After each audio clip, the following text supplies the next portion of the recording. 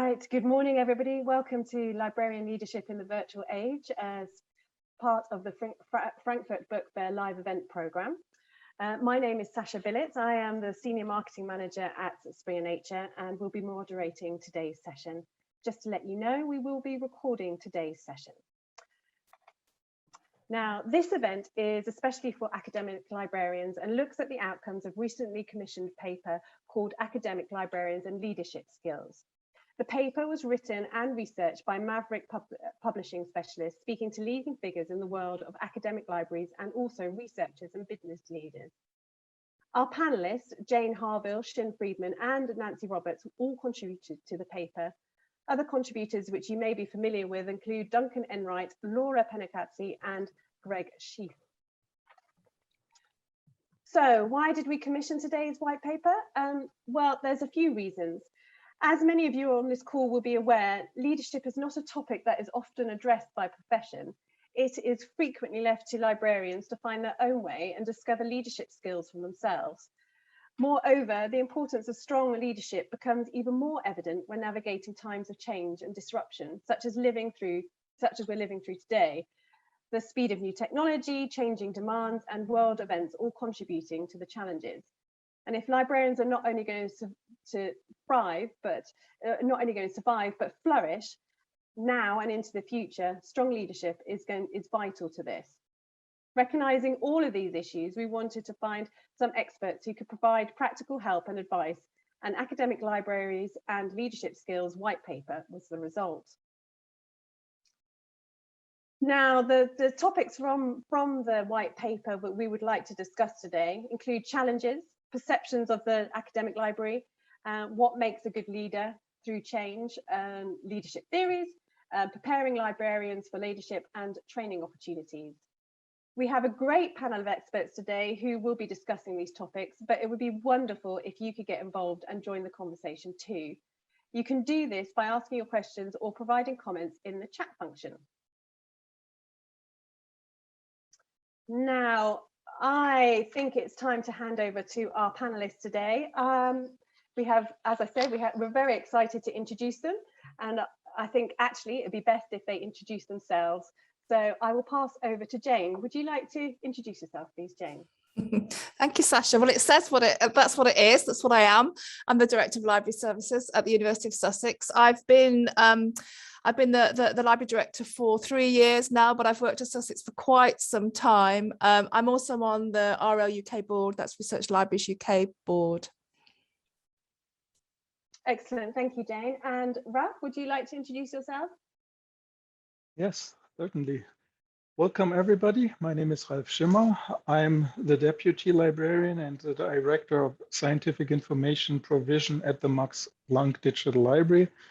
And for the purpose of this panel, what might be interesting to know for you is that when I joined the Max Planck Society some 20 years ago, at the turn of the century, my position was at that time the single and only central library position that Max Planck had at the time.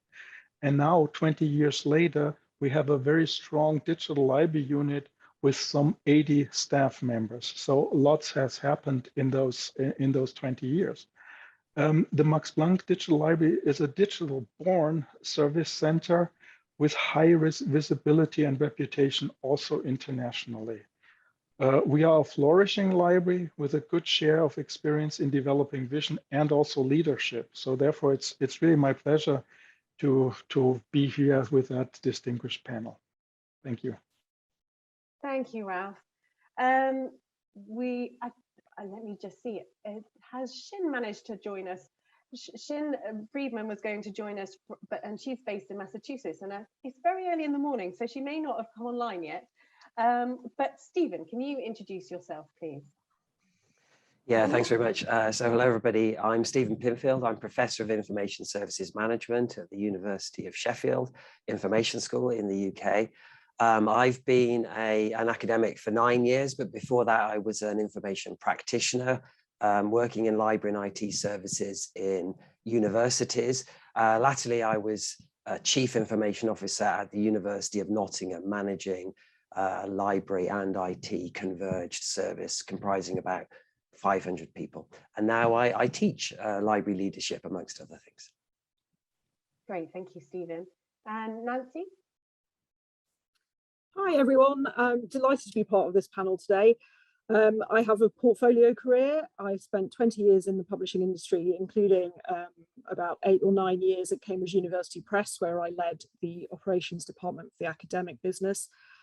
Since leaving publishing, I do various things. What's relevant today is I run a company called Management in Publishing, and with a colleague, we provide management and leadership training across the sort of communications, scholarly communications industry. Very interested in looking at specific context for management and leadership and what competencies people can develop to help them be great managers and leaders. Excellent, thank you, Nancy. Right, I think we can get started with the important part of the conversation today. So the first thing we're looking at is challenges. Nancy, can you start us off? Given shrinking resources, how would you suggest librarians best prepare themselves for leadership? I mean, I think, you know, leadership is something that is requires quite a lot of personal commitment, is the first thing I would say. So I think, you know, there's a lot you can do within your own sort of learning and development.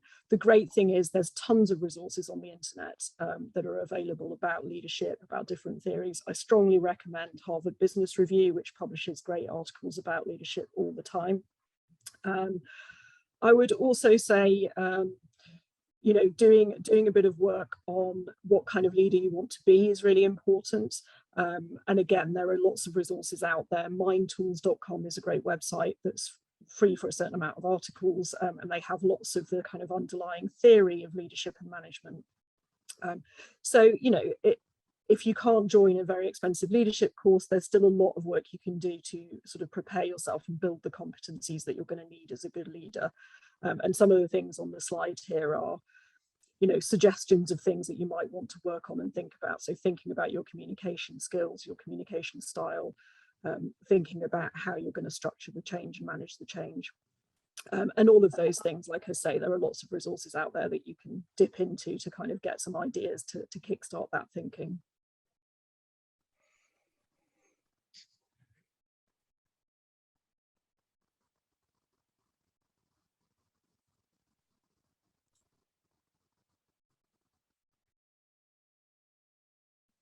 And Jane, what would you like to contribute? Yes, so to carry on really with what Nancy has just said, I'm going to pick out that look and listen bullet point, and to think about things like, I mean, I'm not a great reader of management, and I never have been a great reader. I like a bit of training, but I'm not a reader. I'm a bit more of an instinctive manager, and I've found the most support from things like shadowing, secondment, mentoring, and those opportunities are quite often available within larger organizations. Yeah, and you know, just watching other leaders, any leaders, they don't need to be in librarianship, in libraries. You know, a leader in a library can be a leader in any organisation. So just watching and listening and looking at how they work and how they operate.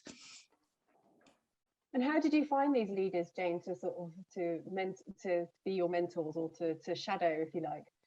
Well, every organisation I've been in has had a mentoring scheme, and it's not just the organisation that you work in. There's LIBA has a mentoring scheme, so I'm currently mentoring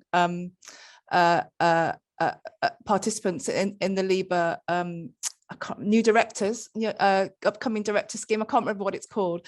Someone I'm sure on the call does know, but it's either within your organisation, within a sector organisation like RL UK or like CELIP in the UK, there is generally a mentoring scheme. Thank you.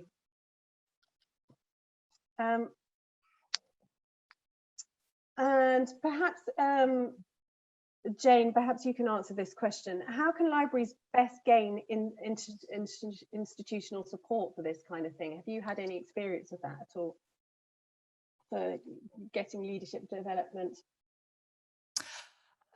You know, within institutions, you know, libraries are no different from any other part of what we call professional services.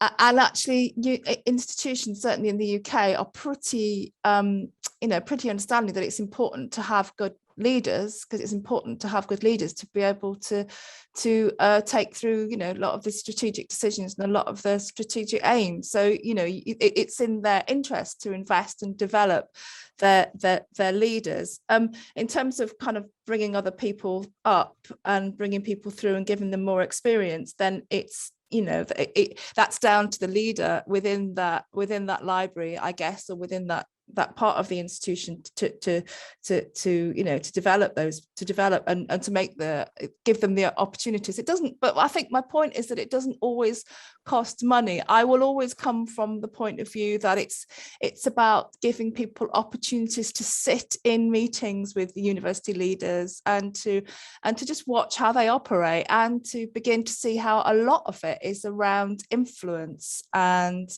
relationships and networking. Thank you. And Ralph, maybe you can answer, with your 20 years of experience of Max Planck, how you've dealt with any challenges with this regard. Yes, from what was said, I would say I would start with the distinction that, of course, to enlist institutional support, that's like management buy-in, higher level support, or also financial support, so that we get budget for our vision. So that requires, of course, a different sales pitch and a different way of presenting the library and the role and everything compared to what you do internally in the team. And so in the team, I would say we have been fairly successful in that we changed the order. I mean, for us, I would say the change is part of our DNA.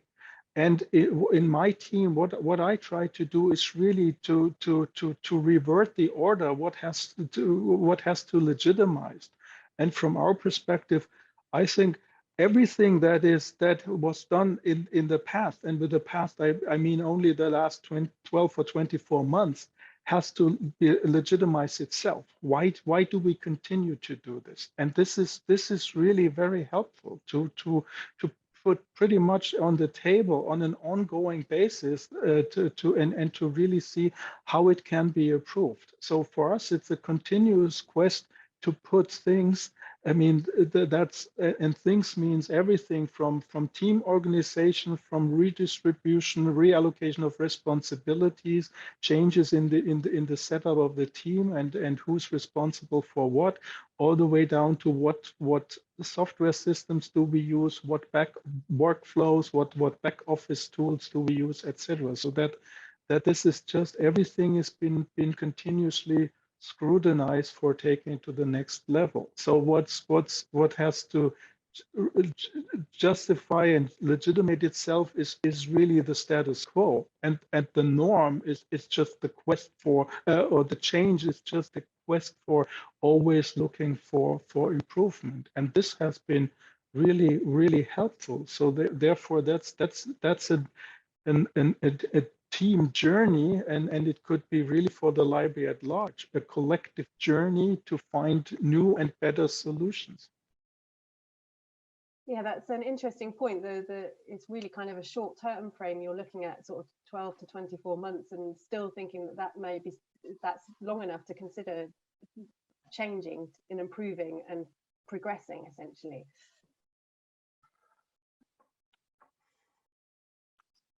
Okay, I think we will move on to the next topic, perceptions of the academic library. Jane, as a leader, what do you do to address negative perceptions of the library?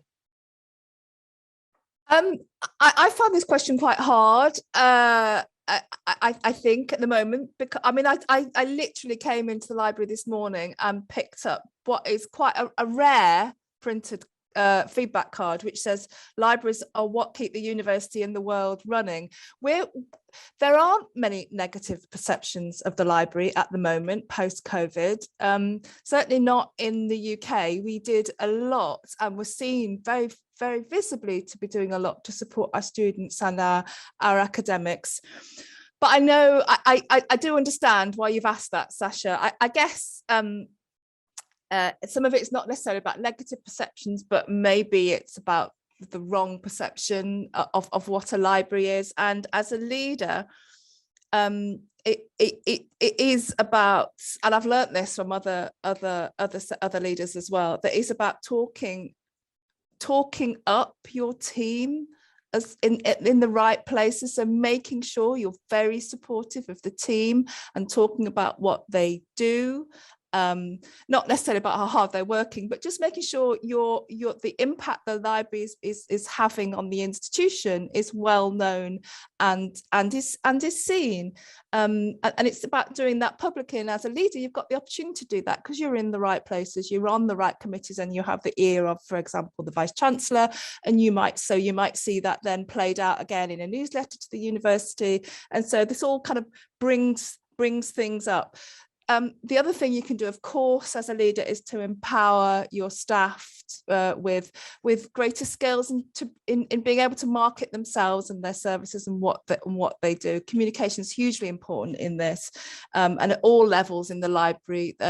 It's not just about having heads down and working hard and being incredibly capable. It's about also being able to communicate with the people that you're working with and for. Thank you, Jane. Yeah, so communication appears to be key. Stephen, what would you like to add? Yeah, so just very much to agree with Jane, it's not so much about negative perceptions of the library, because in most institutions, the library is perceived very positively by students and staff alike. It's more to do with narrow perceptions of the library that's the real challenge. You know, evidence suggests, both from the US and from the UK, that senior managers outside of the library and institutions often perceive the library in quite narrow, traditional terms. They see the library as a building serving students with physical resources. And so some of the decisions they're making about allocation of resources to the library are made within that sort of mindset. And so the real challenge is to widen the perception of the library and to make it clear how the library can support the mission of the institution with a clear alignment in place about how it will do that, and to provide leadership not just within the library but within the institution on how that contribution can be made. And I think that's the real challenge, to widen the perception and to present that compelling message. Thank you, Stephen. Yeah, that's an interesting point, to making sure that they're aware of all the services that the library provide, not just the physical building and books on a shelf. It is obviously a lot more extensive than that, and has been for a while. Stephen, also, should librarians learn leadership skills and competencies right from the start? If they're starting their career in a library, should they have that on their radar straight away to learn and help with that widening of the perception of the library? Yeah, well, yes is the answer to that. I think we need to move away from this idea that leadership just applies to a few people at the top of an organization. Leadership is important at every level in an organization and should be encouraged. And so people can be developing their leadership skills right from the beginning of their career. In fact, I teach in an information school, and we teach leadership and management skills in our core curricula.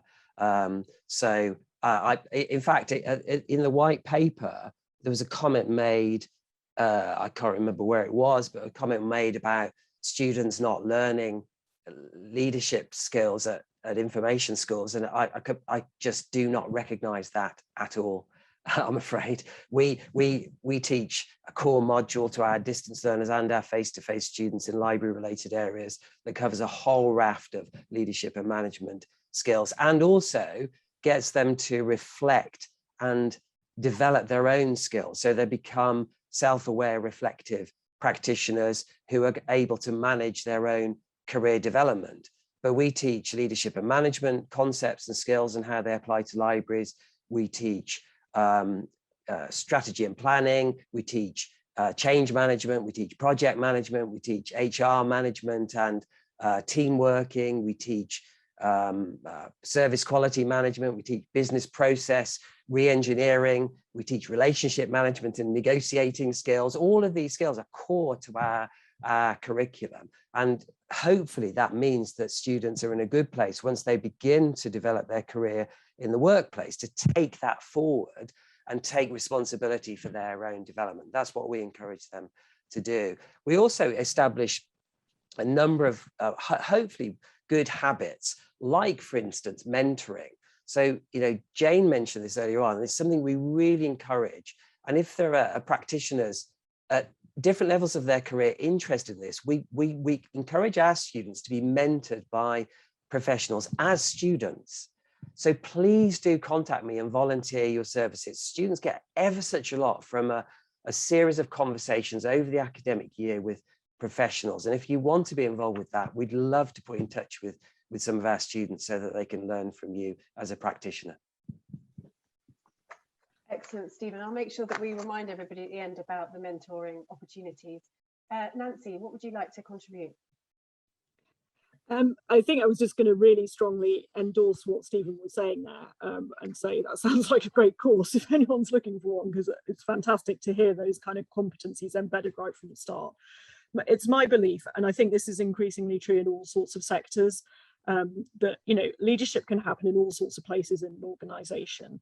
It's not about the hierarchy. You shouldn't wait till you're at the top of the tree to suddenly figure out how you're going to be a leader, because all of the things that Stephen was just talking about will benefit you at any stage in your career. So whether it's self-awareness about how you prefer to operate, whether it's developing emotional intelligence, whether it's building communication skills, relationship skills, all of those things just get more and more important when you get into a kind of what I would call a formal leadership position, where you've got that authoritative title, for example. But leadership is increasingly distributed in organizations, and there are opportunities all the way through your career to build and enhance those skills. So I think I was just wanted to strongly endorse what Stephen was saying about leadership, not just being about sort of waiting till you get to the top and then learning those skills then. So it sounds like it's all about lifelong learning, right from the beginning, right to the end, keep developing. And Jane, what would you like to add? So yeah, just to add to that, both of those two comments, absolutely agree with both of the speakers. And to say that, we talk a lot about managing managers, it's also about managing your leaders. So you need to understand why they're doing what they're doing and what they're doing. And if you, so we talk about managing managers, managing leaders, understanding, you'll do well if you take note. That's interesting, Jane. How have you any tips for managing managers? Well, it depends who it is, doesn't it? Unless this has been recorded, I'm not going to say no. Everybody's, I think it's understand that every manager is different, and every manager and every leader is different. Every strategy is different, and it goes back to that watching and observing and understanding why they're doing what they're doing, and picking those skills up from them. Yeah, Nancy. Yeah, I was just going to add, maybe not for you, Jane, since you don't like reading management books, but if there are people out there who do, I would really recommend Why Should Anyone Be Led by You by Rob Goffey and Gareth Jones, because that really talks about, the reality of today's workplace in every sector is that many of us are managing very smart people with lots of ambition, lots of access to resources, lots of investment in their own career in a way that's maybe changed a little bit over the years. And he, in that book, Rob Goffey talks about the fact that, you have to manage managers, you have to manage people who think they could do your job better than you. And therefore you have to have some way of gaining their trust and convincing them that they should be led by you. And it's just a really interesting breakdown of what that experience is like, which is maybe different from a more traditional hierarchy that perhaps my parents' generation experienced in their workplace, which was that, the boss told you to do something, you did it. That's not the world that we live in now. People will question, people will challenge, people will, ask what your credentials are to be making these decisions. And those are good things, those are really positive things, but it does require you to behave in certain ways, and to think about how you build that trust and how you gain that trust with your managers and the smart people around them. So just a really good book. And there's also some kind of videos and YouTube clips and things of that. And Rob Goffey is a very engaging speaker. So if that's something you think is interesting, he's definitely worth having a look at. Excellent, thank you, Nancy. And I think that brings us quite nicely along to what makes a good leader through change.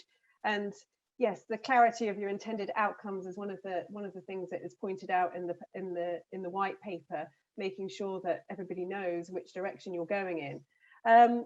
Ralph, as a library leader, how do you best overcome resistance to change?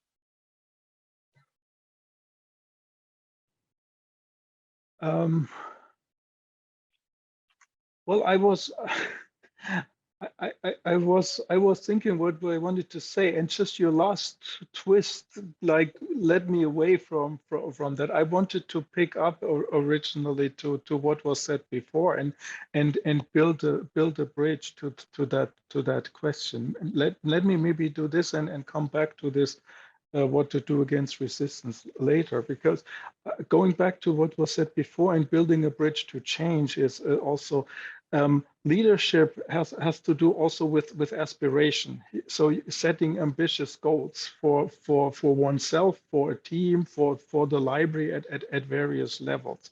And so what we are discussing here requires also to build a strong team. And so for me, an essential part of what we discuss here is also creating a very positive work environment that brings reward, recognition, and just a healthy environment with good spirited teams, etc. So what I always try to say to new team members, so that I want to give them very good work opportunities so that they can grow, thrive, and also accomplish their own ambitions. And what I say is really, I want to make it as hard as possible to leave us. Of course, people can move on, and it's totally legitimate. But I always say I do my best to make it as hard for you to leave, and that has a financial component, but also a real good workplace, so that they know if they leave us, it will be hard for people to find an equal or even better position, because that to me is really part of what I see as my responsibility as a leader. And that leads also to change, because that means to create an environment where change can happen. And as I said before, for us, change is part of our DNA, and where we really we question the existing things and always look for the next level.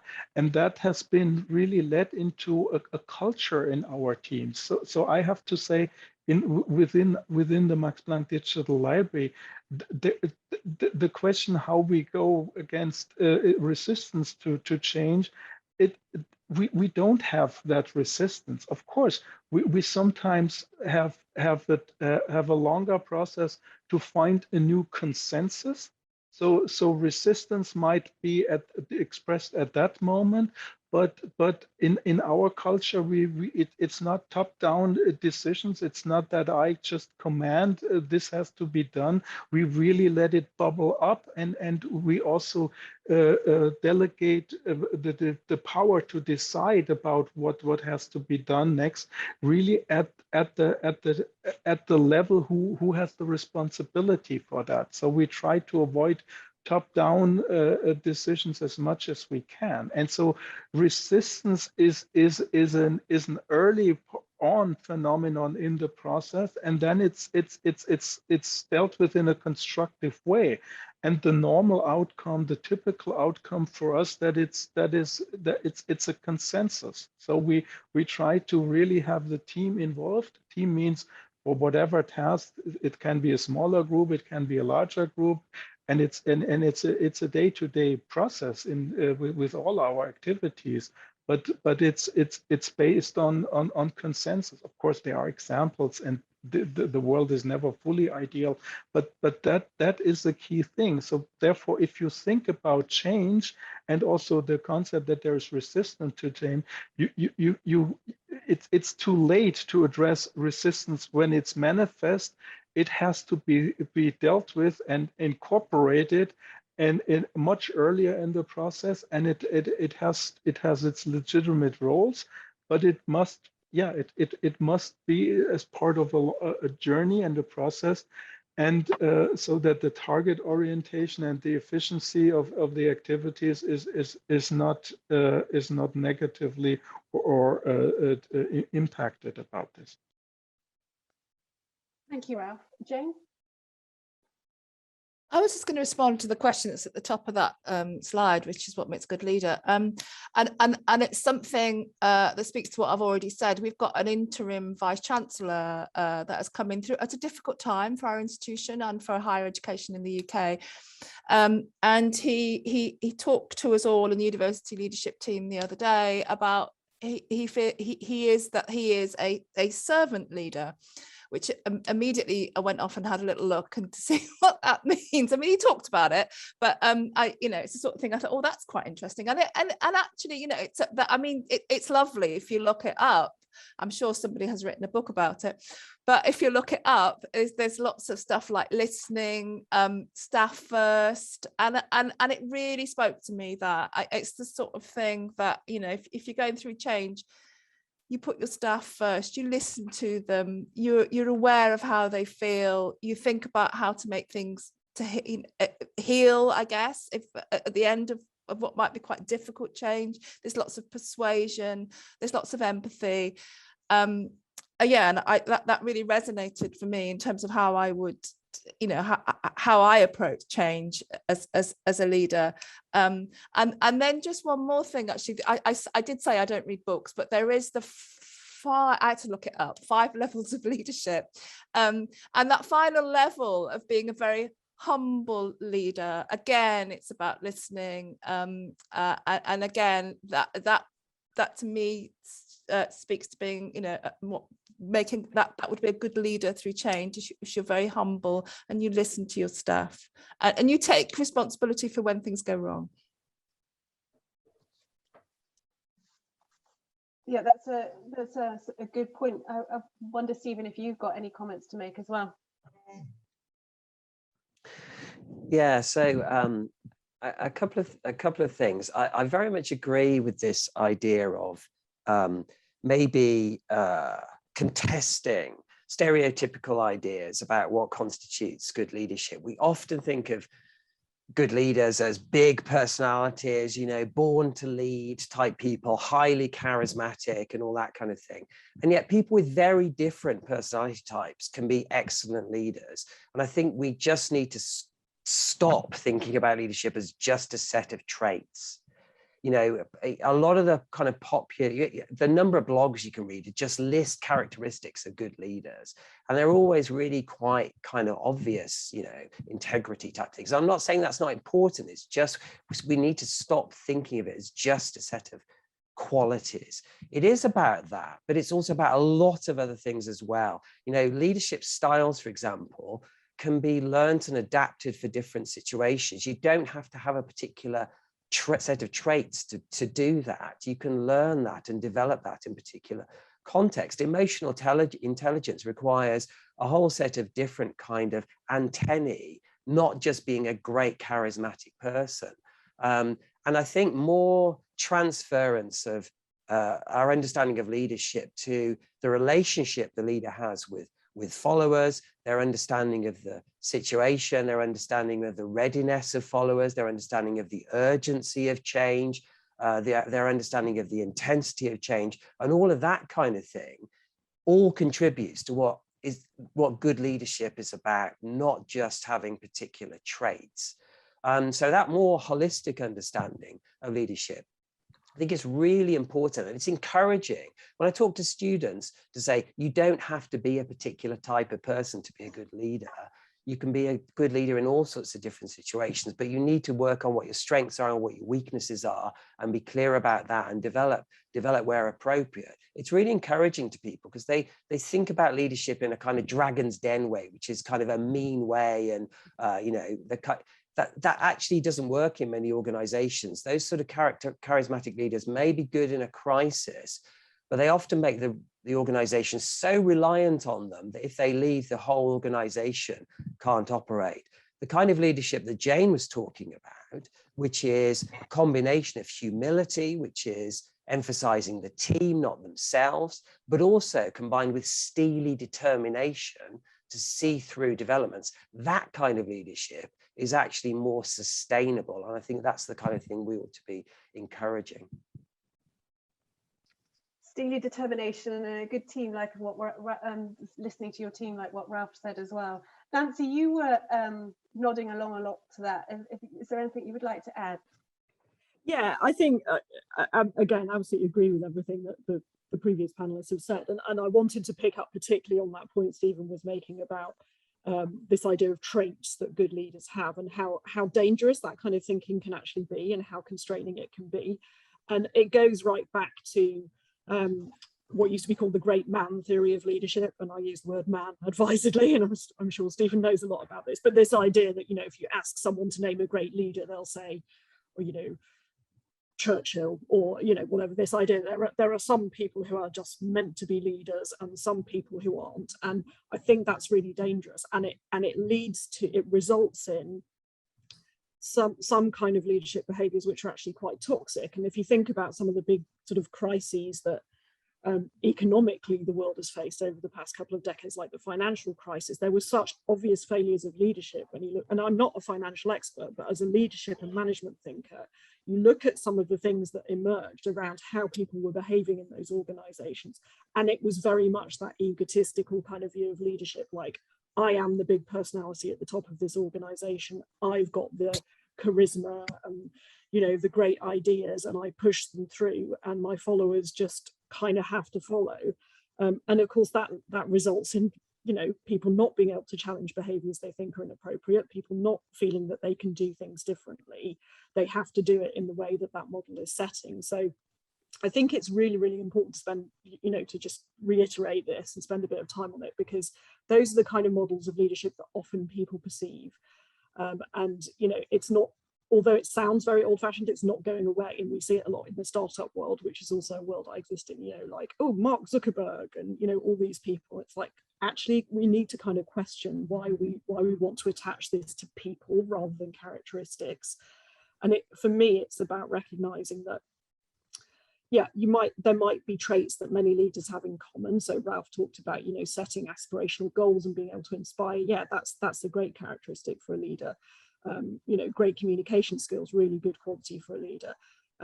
But all of these things are competencies which can be developed.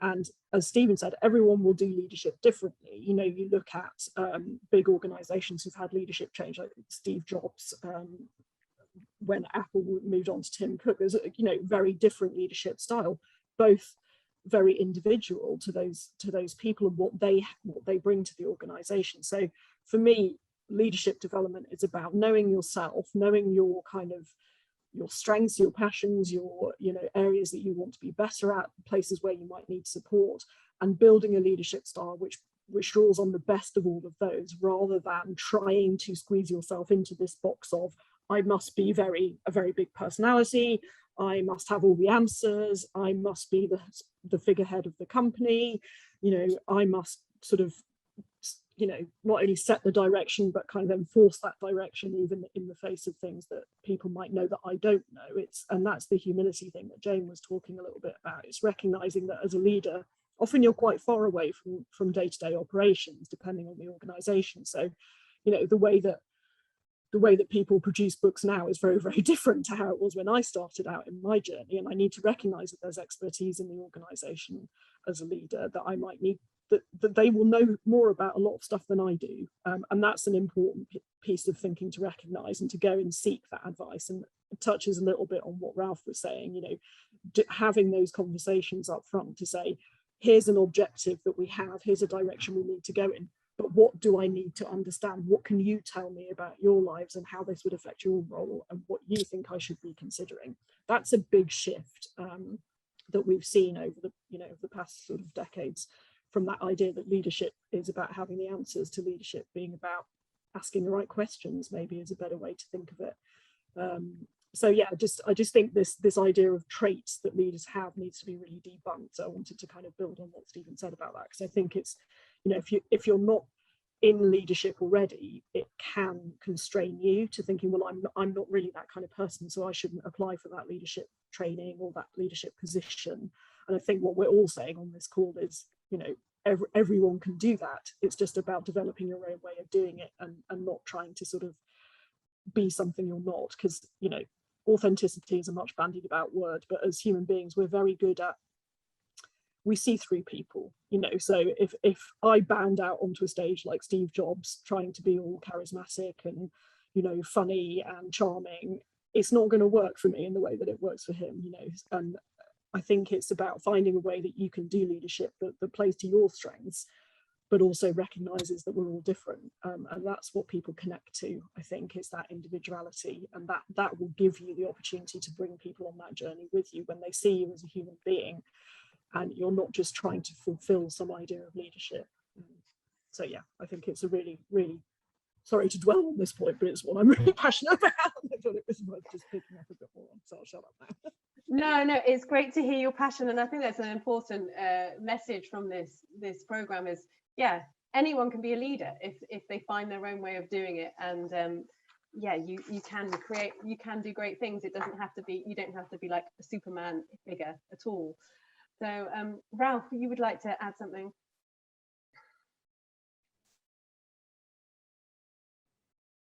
Sorry, took me a second to unmute. Yes, yeah, it was brilliant what's been said, and that led me to another idea. So when we talk about leadership, so far our focus has been pretty much on the individual level or institutional level with leadership within a library.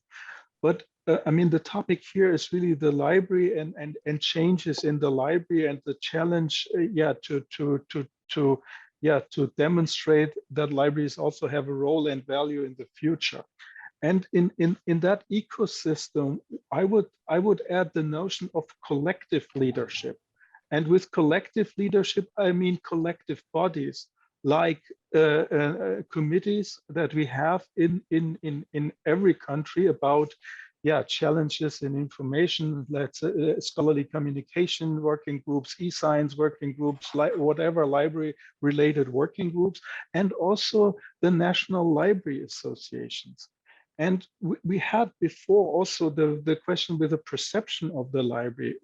The take that we had here in our discussion was still a relatively positive and easygoing take, but we all know there are these stereotypical perceptions of the library, that they are a bit old-fashioned, etc. And this also does not come only without the cause, these elements. And I would say in the collective expression of leadership in our national chapters of library associations, I would say we do have a problem as librarians.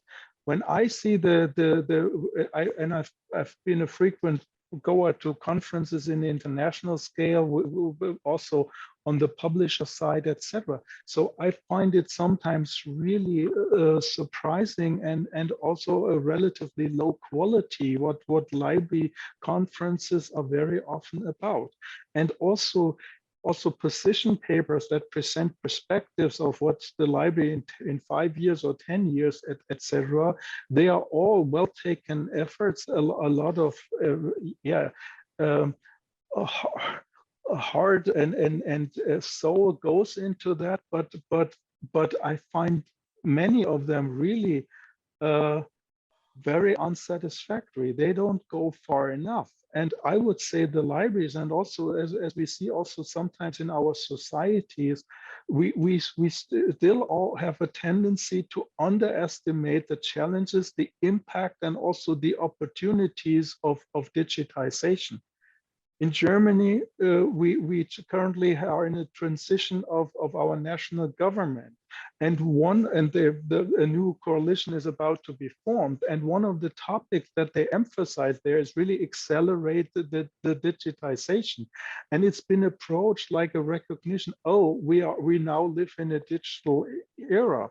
And I think this is in the library world, this is still very often the concept. The very essence of what digitization means and the digital era means has not been understood. And there is a lack of leadership in library associations. And that trickles down because if the position paper of the national chapters are not as good as they could be, of course, that has an impact on individuals in the institutions. Why should they be more inspiring than the National Library Association, etc.? So I would say what we've said is all good, but and correct. And we know there are many very good, positive and professional individuals with also good leadership skills.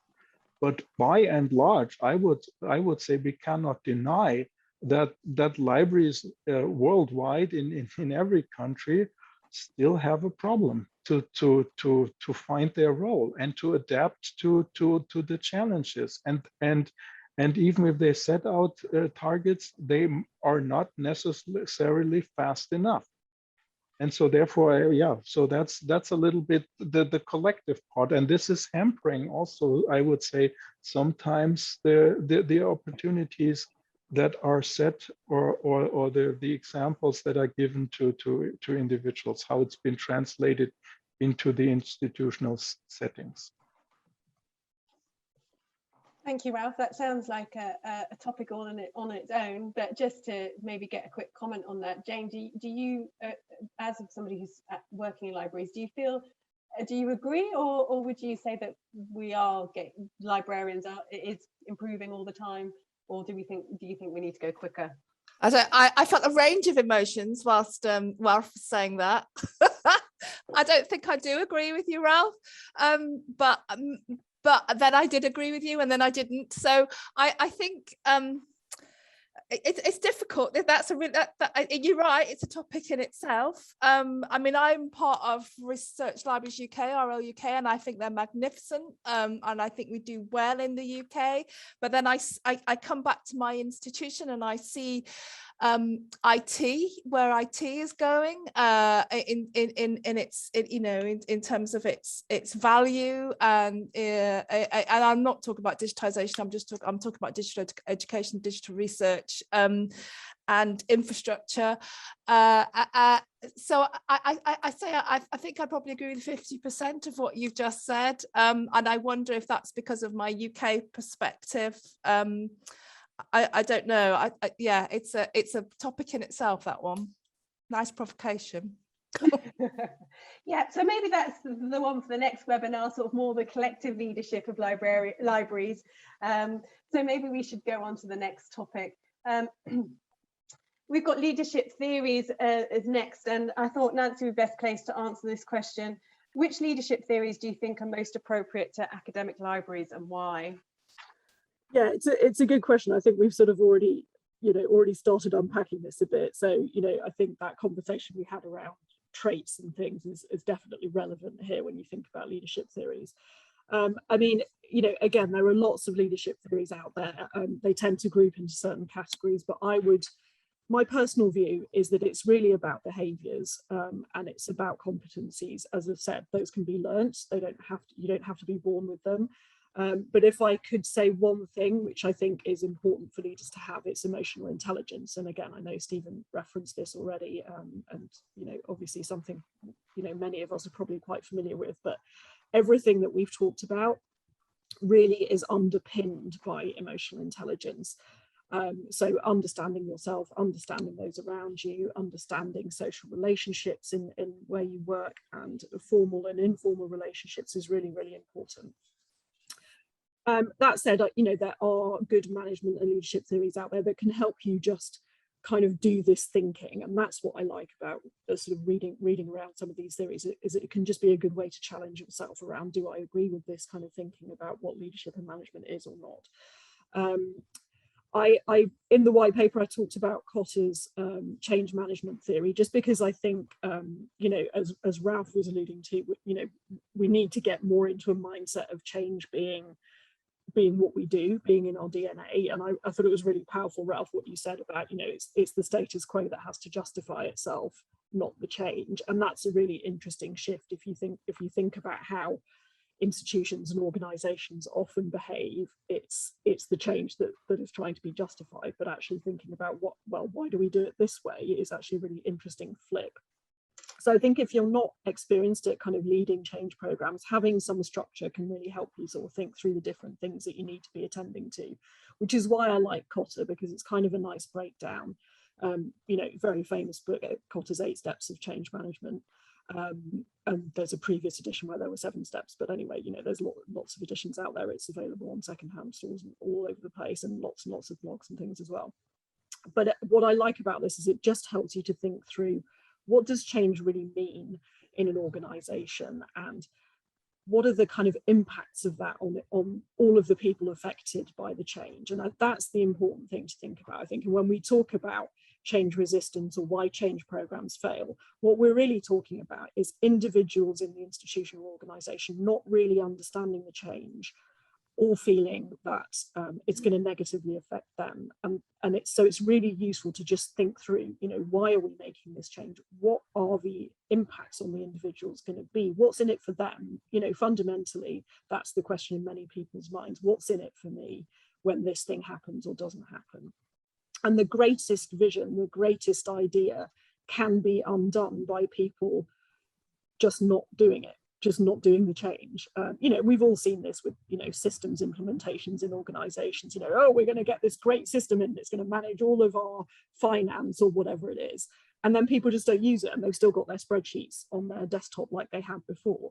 And those are the kind of things which thinking through a change process can really help you with. And again, Ralph talks a lot about this, but what I like about Kotter is it spends a lot of time on sort of doing that thinking. How do we explain why this change is important? How do we get people to understand what the objective is? Yes, how we get there is, you know, yet to be determined, and there will be things that evolve along the way. But what are we trying to achieve? What's the outcome that we're looking for? What's the kind of, how will we know when we've got somewhere? And why does that matter to people? Why should it matter to individuals? So, you know, the stages are on the slide here, and again, as I say, there's lots of reading you can do about this. And you know, there are lots of change theories, and you know, they have different pros and cons, but most of them talk about really like defining the change, getting people to understand why that change is necessary, thinking about how you're going to execute that, and then embedding it and making sure that it kind of becomes part of the DNA. So yeah, I really liked Ralph's reframing of that as, you know, it's the status quo that needs to justify itself. But whichever way you look at it, you've got to justify why you're doing the things that you're doing, because change often has impacts on individuals. It might mean their role changes, it might mean they need new skills, occasionally it might mean they lose their job. You know, these are real human impacts that you need to think through. And it's important to do that thinking really well and really thoughtfully. And that's often where I see people struggle with change, because it seems so obvious to a leader that, you know, we need to make this digital transition, or we need to reskill ourselves to provide different services. It seems really obvious to a leader, but it's not obvious to the people who've been doing that job 10 years that they've been doing it wrong, or, you know, that there's something different needed. So it's really about investing the time to sort of understand those questions and concerns, understand the challenges, understand really what the objective is, not just, are we changing for the sake of changing, but what are we trying to achieve here? So this, you know, if you're not used to leading change programs, can just be a useful way to maybe structure some of that thinking and get you on that road. Thank you, Nancy. Stephen? Yeah, I just wanted to say, when I was a practitioner leading change, I actually used Kotter in a really practical way with my senior team, and we sat down together with that chapter introducing the Kotter's famous book and said, let's just go through all of these stages, and are we doing these things? are we establishing a sense of urgency, and how have we done that? And if we don't do it, what's likely to happen? We found it a really useful exercise because it enabled us to actually be very self-conscious of the capacity we were building around change in order to affect it. One of the other useful things that I found in Kotter's work is that overlaying this process, if you like, of change, there's also got to be a real understanding of the nature of change that's actually being planned and implemented. You know, there are different types of change. Some change can be fine-tuning, some can be highly intensive and completely reorganizing of things. And so understanding the nature of the change that you're trying to implement, and also understanding the context within which it's happening, including the level of support or opposition you're going to get to it. And that will then, and the urgency also, you know, how much time have you got to do this? Because those will affect your decision-making about how consensual you can be about change, as opposed to how directive you need to be about change, for example.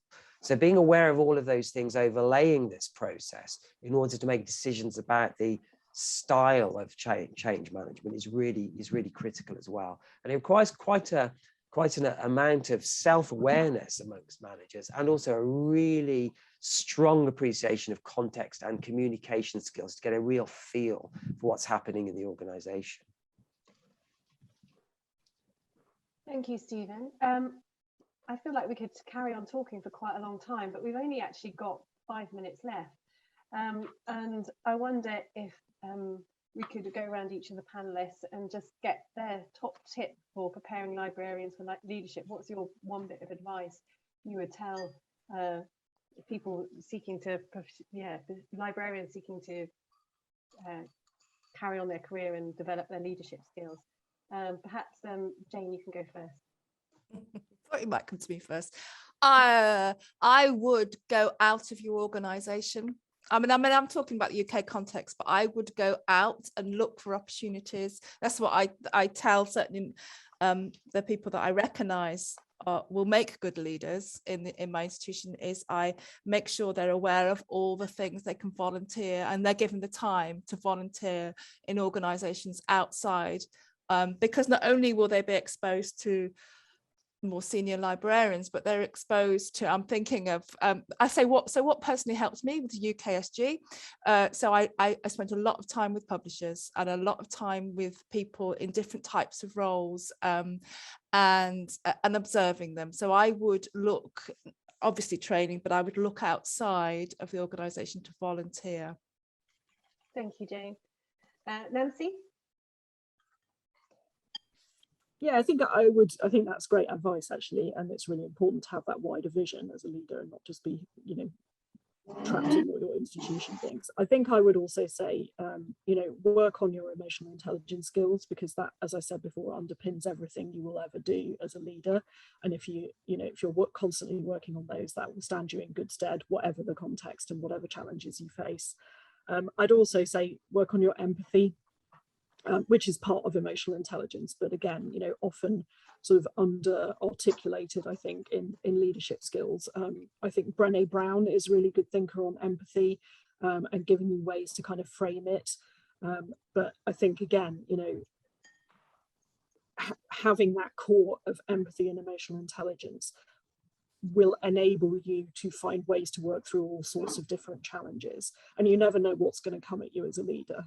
So the more that you've got that underpinning, the more confident you'll feel that, okay, I've never been in this situation before, but I can access the people around me, I can access my own strengths and weaknesses to figure out a way through, and that's a great place to be as a leader, I think. Thank you, Nancy. And yes, ever so quickly, Ralph, what would your top tip be?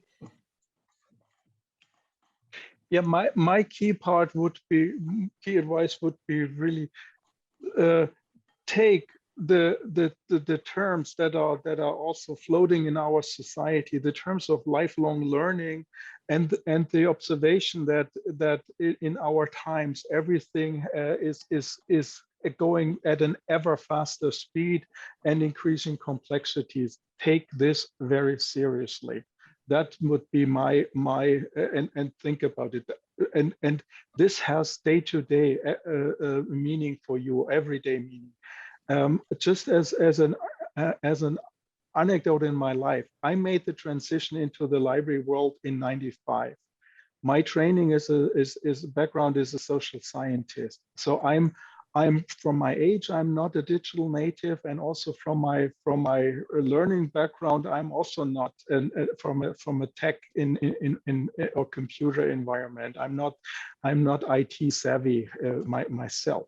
And my key question was really, if I make that leap into the library world, am I going to sustain until my retirement before, like, yeah, falling out of things, so that people would just see he cannot cope, he cannot adapt to all the changes and requirements. And so for me, my entering into the library world from day one was a race against the time ticking, or etc. Can I adapt to all the changes and the expectations and the growth in expertise that I need to provide?